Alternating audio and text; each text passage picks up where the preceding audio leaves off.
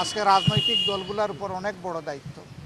দোয়া করবেন প্রিয় দেশকে ঐক্যবদ্ধভাবে আমরা সবাই যেন পারস্পরিক ভুল বুঝাবুঝি ভুলে গিয়ে আমরা সামনের দিকে এগোতে পারি। আল্লাহ যেন এই তৌফিক দান করে। আমিন।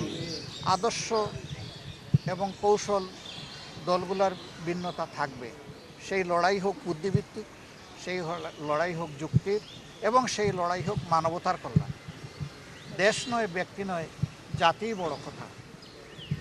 ব্যক্তি নয়, দল নয়, জাতিই বড় কথা। সেই কথার উপরে আমরা যেন রাজনৈতিক দলগুলো আমাদের পথ রচনা করে সামনে এগুতে পারে। আল্লাহ সেই তৌফিক দান করুন। আমরা বেদনাদায়ক এই হত্যাকাণ্ডে তার মা সহ পরিবারের সদস্যবৃন্দ, তার সংগঠনের সহকর্মীবৃন্দ এবং তাকে যারা ভালোবাসতেন, যারা আঘাত পেয়েছেন, আমরা তাদের সকলের প্রতি সমবেদনা জ্ঞাপন করছি। আল্লাহ তাআলা তাদেরকে শান্তি দিন, সবর দিন, ধৈর্য ধারণ করার তৌফিক দান করুন। গতকালের জানাজায় বারবার উচ্চারিত হয়েছে, খুনিদেরকে আমরা গ্রেপ্তার হয়েছে, শাস্তি পাচ্ছে, এটা আমরা দেখতে চাই। সরকার এ পর্যন্ত যা করেছেন তাতে জনগণ মোটেই সন্তুষ্ট না। জনগণের দাবি, আশা করি প্রধান উপদেষ্টা সহ উপদেষ্টা মণ্ডলী সেখানে উপস্থিত ছিলেন, তারা জনগণের পালস বুঝতে পেরেছেন। জনগণের পার্শ্বের প্রতি সম্মান দেখিয়ে অতি দ্রুত সমস্ত সন্দেহ সংশয়ের বাইরে এসে খুনিদেরকে গ্রেপ্তার করতে হবে এবং আইনের আওতায় আনতে হবে। যদি এই খুনিরা পার পেয়ে যায় তাহলে আপনার আমার কারো জীবনই নিরাপদ বলা যাবে না। তবে হ্যাঁ, আমরা খুনিরা খুন করবে তাই বলে আমরা আমাদের দায়িত্ব পালনে অবহেলা করব না, তা হবে।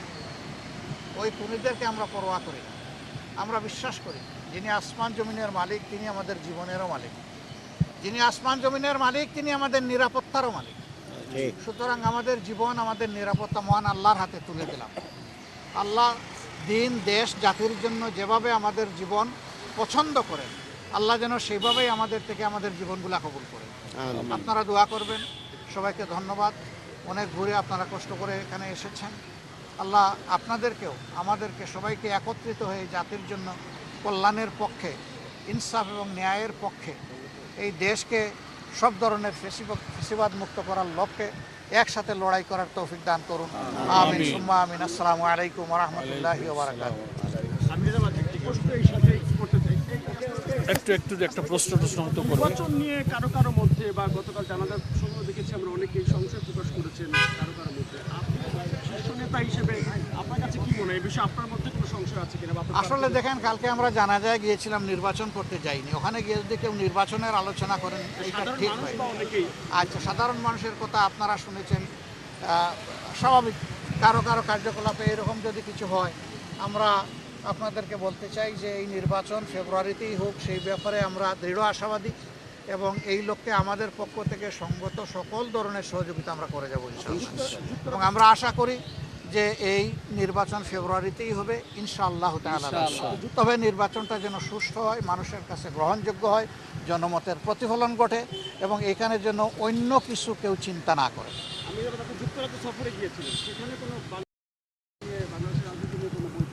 অবশ্যই যুক্তরাষ্ট্রের মন্ত্রীর সাথে আলোচনা হয়েছে, তারা তো যুক্তরাজ্যের মন্ত্রীর সাথে আলোচনা হয়েছে, তারা তো এগুলো আলোচনা করবেই। কারণ আজকে আমরা একটা গ্লোবাল ভিলেজের সিটিজেন, তো গ্লোবাল সিটিজেন হিসেবে প্রত্যেকের খবর রাখবে, বন্ধু রাষ্ট্রগুলো আমাদের খবর রাখবে, আমরা তাদের খবর নেব, এটাই তো স্বাভাবিক।